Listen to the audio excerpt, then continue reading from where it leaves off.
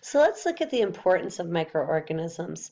Most people, when they start microbiology class, they think they're going to learn all about microorganisms and how they grow on us and how they cause disease.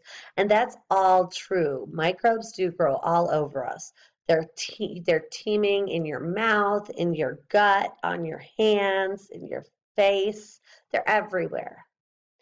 But most of them are really beneficial. And we could not survive without microbes. So we're going to talk about some of the beneficial microbes before we talk about the detrimental microbes, okay? So microorganisms are uber important in life as we know it. They fix the majority of the nitrogen that our plants use. And so plants take in nitrogen because microbes can fix it from the air. And then the plants can utilize it, and then we get the nitrogen from those plants. And nitrogen is important because we use it to produce like amino acids. So it's super important. And amino acids make up proteins in our body. Microbes are what produce the first oxygen on Earth. So cyanobacteria are some of the most important oxygen producers. They do it through a process of photosynthesis. And then microbes degrade materials. They get rid of a lot of organic waste. They break down a lot of materials that have been brought into the environment irresponsibly, maybe through an oil spill or some other way. We can use microbes to break down those things. We can actually use genetic engineering to produce microbes that will protect the environment more effectively. Once we talk about all the beneficial activities of microbes or a bunch of beneficial activities of microbes, then we will talk about disease. So this is what most people think about when they think of microbiology. Microbes kill, and they can kill. There are certain types of microbes that have killed more people than all the wars that have been fought. Microbes can also be used in bioterrorism. And that's really scary because some of these microbes we don't have protections against because we don't expect them out there. So we'll talk about those next. So let's look at nitrogen. Most of the nitrogen is found in our air. About 78% of our air is nitrogen. Nitrogen is taken in by nitrogen-fixing bacteria. And so the bacteria take the nitrogen from the air, fix it, and then our plants can take that nitrogen in. We have nitrogen in the soil that is fixed by more bacteria. So if you have soil nitrogen from, like, say, waste products, the waste products can be converted into ammonia, and then we have nitrifying bacteria that can convert ammonia to nitrates, and then nitrates can be converted back to nitrogen gas by denitrifying bacteria. So this is how chemicals or how nitrogen cycles in the environment. We need it, but we always give it back. Nitrogen doesn't get used up. It just gets put back into the environment when we die or when we defecate or whatever. Oxygen. Oxygen is used to produce energy. So without oxygen, we would die. But the environment, the initial environment on Earth was not an oxygen-rich environment. It wasn't until we had photosynthetic organisms that we started having oxygen in the environment, which allowed us to produce eventually multicellular eukaryotes that use oxygen. And so photosynthetic organisms like cyanobacteria are what produced oxygen from the splitting of water. Water gets split, oxygen gets released, and carbon dioxide gets taken in to produce some type of a carbohydrate, which then can be broken down in cell respiration. So there's another example of chemical cycling. But microbes do way more than just that. They also help us in producing food. So we have yeast that are used in food production. Some yeast, Saccharomyces cerevisiae, is used in the production of beer and wine. And we also use microbes or in biodegradation, where we are cleaning up organic molecules. Bacteria actually are used in producing a lot of the materials that we use on a daily basis, including if you're wearing jeans and they're blue jeans, that blue color comes from E. coli. They actually produce that blue in E. coli. Cellulose is used in producing headsets. Hydroxybutyric acid is found in disposable diapers. Ethanol, hydrogen gas, oil, insect toxins, antibiotics, amino acids. A lot of our medications are produced by bacteria.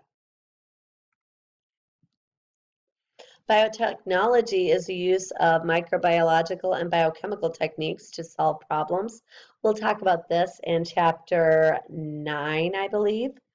And in that chapter, we use genetic engineering to produce organisms that can grow better, or organisms that are going to have some useful or beneficial things associated with them. So maybe you're producing plants that contain, I'm going to say, antidiarrheal properties, so that when people eat them, they're less likely to have diarrhea. And so in certain countries where diarrhea becomes really common because maybe they don't have a good water system, they're not going to be as likely to have diarrhea. And diarrhea is a really big bad problem in lesser developed countries where we don't have the same sanitation systems. Growing plants or producing plants that can grow in really windy environments or in drought environments, producing medicines that are used by individuals all the time, like insulin. These are all genetic or produced under the biotechnology heading. I do have a video for this.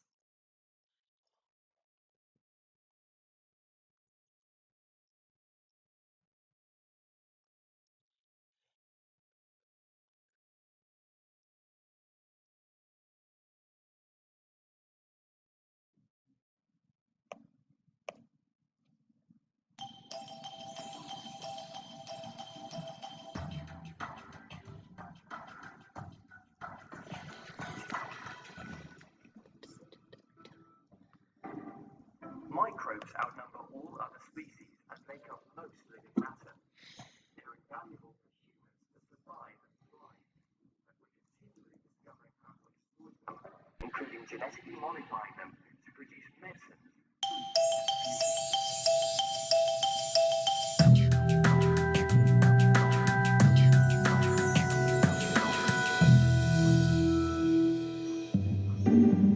Microbes outnumber all other species and make up most living matter. They're invaluable for humans to survive and thrive, and we're continually discovering how to exploit them, including genetically modifying them to produce medicines, food, and fuel. The first organisms to be genetically modified were E. coli bacteria by Herbert Boyer and Stanley Cohen in 1973. E. coli is a common inhabitant of the human colon. It's simple to grow and can be easily manipulated and duplicated. Today, bacteria and yeast, which cause so many human diseases, are being genetically altered to help cure illness. Genetic engineering is really about adding things to microbes. It's about rewriting their instruction manuals to produce something different, perhaps something useful to us, like drugs. We're essentially turning them into tiny factories. One example is insulin, which should be produced naturally in the pancreas to regulate the amount of sugar in the blood. When it's not produced, we get diabetes. Previously, natural insulin was extracted from the pancreases of cow and pig carcasses in abattoirs, but it's expensive and difficult to ensure an adequate supply. In the 1980s, scientists discovered how to produce human insulin by transplanting the genetic information for the human insulin hormone from a human cell into the DNA of the E. coli bacterium. This reprograms the bacteria to produce insulin in just the same way as they make their own proteins. In fact, the genetic modification of microbes is transforming our ability to combat all sorts of diseases. A very good example of this is lactobacillus. This is a bacterium that naturally lives in your gut. It protects you against urinary tract infections and other diseases. And this microbe is now being engineered as a possible treatment for HIV. We have high hopes for a new malaria treatment produced by genetically engineered bacteria and yeast that will be cheap enough to give to anyone who needs it in South America and Africa. As demand increases for alternatives to conventional fuels, scientists are hoping that genetically modifying microbes could also produce a sustainable solution to our energy needs. They want to use the bacteria and yeast to break down organic waste products like the stems, leaves and husks from crops and excrete biofuels like ethanol and butanol as their waste product. Ethanol has been heralded as a cleaner, greener fuel than petrol, and yeast naturally produces ethanol from sugars, an ability traditionally used to ferment beer.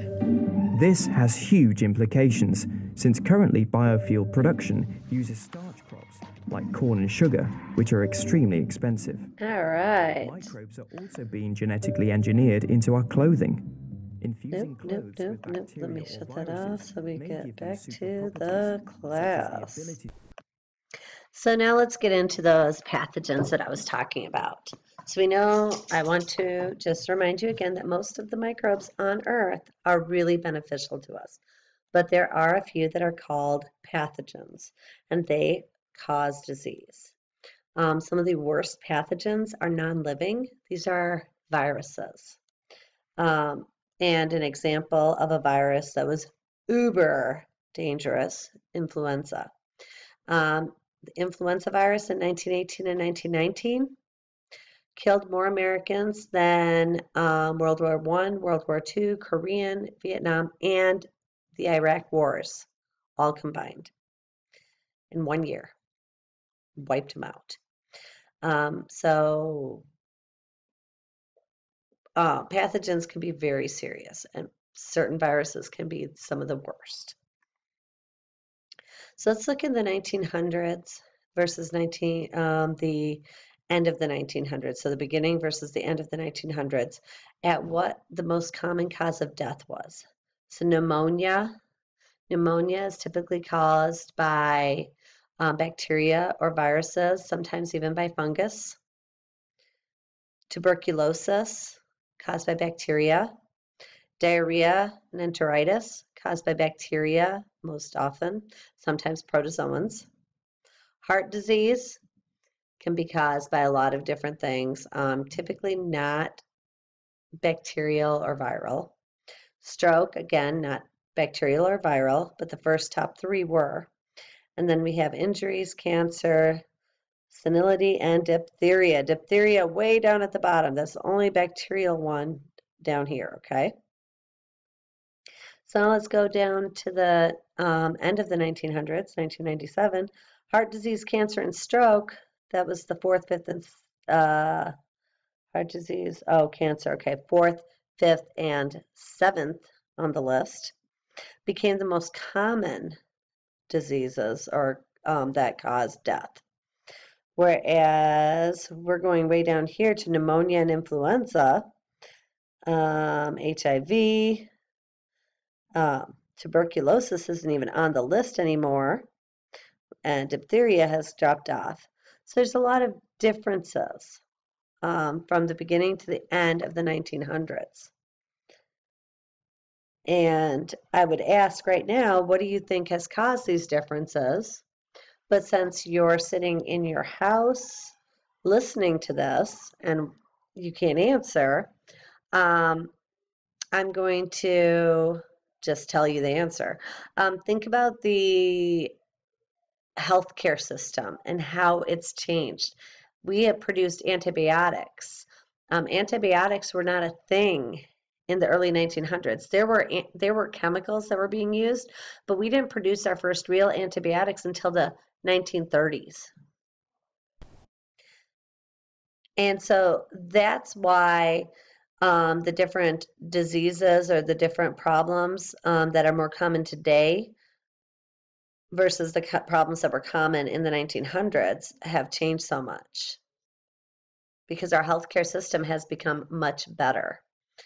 In 1835, before we even knew that microbes were really what tended to be causing a lot of our diseases, Agostino Bassi was demonstrating that silkworms were getting a fungal infection, and he called this silkworm disease. Okay, so if you look, oh, wait, okay, so if you look at a healthy silkworm here versus a silkworm that has the fungal infection, this silkworm is able to breathe normally. He can go about his normal business. These two silkworms here have this fungus on them, and the fungus is going to cause all kinds of problems, including the inability for this fungus or for the silkworm to breathe properly. And so in the 1830s, Agostino suggested that many diseases might be caused by microbes. And people weren't truly, didn't really know if this was real. They didn't all believe him, but it was suggested, it was out there, and there were scientists that said that could be true. So we have Joseph Lister that comes along, and he's looking at Dudley. He's looking at different research. One of the people he looked at the research of was Semmelweis. Semmelweis was a scientist that was studying a maternity ward, and what he noticed was that the doctors that washed their hands often tended to have healthier women, healthier moms, and the babies tended to survive better. And so Lister came along and said, okay, maybe there's something with washing your hands. Maybe, you have bacteria on your hands, and if you wash your hands, you're less likely to spread the bacteria. And he was correct. He actually developed a system of antiseptic surgery. He used a carbolic acid spray, and he would spray the room, the air. He sprayed all the instruments for surgery. He even sprayed the patient. And it actually decreased the death toll on patients who needed to have surgery. And so most surgeons actually picked up the this carbolic acid spray system and started washing their hands because their patients became healthier or stayed healthier. And then later on, I won't say then, because Robert Koch in the 1880s, 1890s, he demonstrated that specific bacteria cause specific diseases. He was looking at Bacillus anthracis, and he noted that it does cause anthrax. Hold on. So here is Robert Koch. And what he did was he was doing research on certain animals, and he took animals that were sick with a disease, so like Bacillus anthracis, I should say, animals that had like anthrax, and he would pull the anthrax bacteria out of the animal. He would grow the anthrax bacteria on an agar plate in a clean culture, a pure culture, and then he would infect another organism that was healthy, and if that organism got sick with the same disease, then it was pretty indicative that that bacterial species caused a disease. So here are the postulates. Postulate 1, microorganism must be present in every case of the disease. So if you have tuberculosis, then you must have Mycobacterium tuberculosis in your lungs. The microorganism has to be isolated and grown in a pure culture. So Robert Koch can take the Mycobacterium from your lungs and grow it in a pure culture, in a blood serum. Then the same disease, once you take the pure culture, that microorganism is inserted into a healthy host, and the same disease must result. And so what he did was he took the Mycobacterium from this patient's lungs and put it in this guinea pig. And the guinea pig got sick and died of tuberculosis. And so then he, upon dissection, he was able to isolate the same bacteria and grow it in a pure culture again. And those postulates are used today to identify the causative agents of different diseases. So the postulates aren't perfect. There are limitations. Some bacteria, some organisms can't be grown. An example, Mycobacterium leprae is not able to be grown in a laboratory setting on a pure culture. It can be grown in an organism, but not in a pure culture on an agar plate.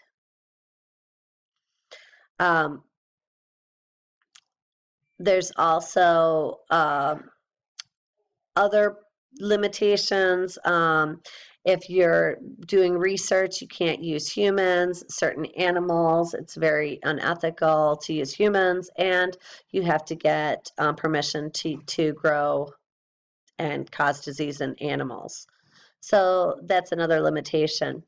But today, now that we have all the molecular evidence, we may not need to use Koch's postulates as often, I should say. But his postulates didn't just help us to identify that bacteria or certain pathogens, specific pathogens cause specific diseases. They also led to the development of instruments used in microbiology on a daily basis. So petri dishes, which you've seen or which you will see. Agar, which is the jelly-like substance that we grow, that we put into the petri plates, and that we grow our bacteria on. Nutrient broth and nutrient agar are the typical substances that all our bacteria are grown in lab. Isolating techniques so that we can have a pure culture. I'll stop here and we'll get into immunological studies in the next section, okay?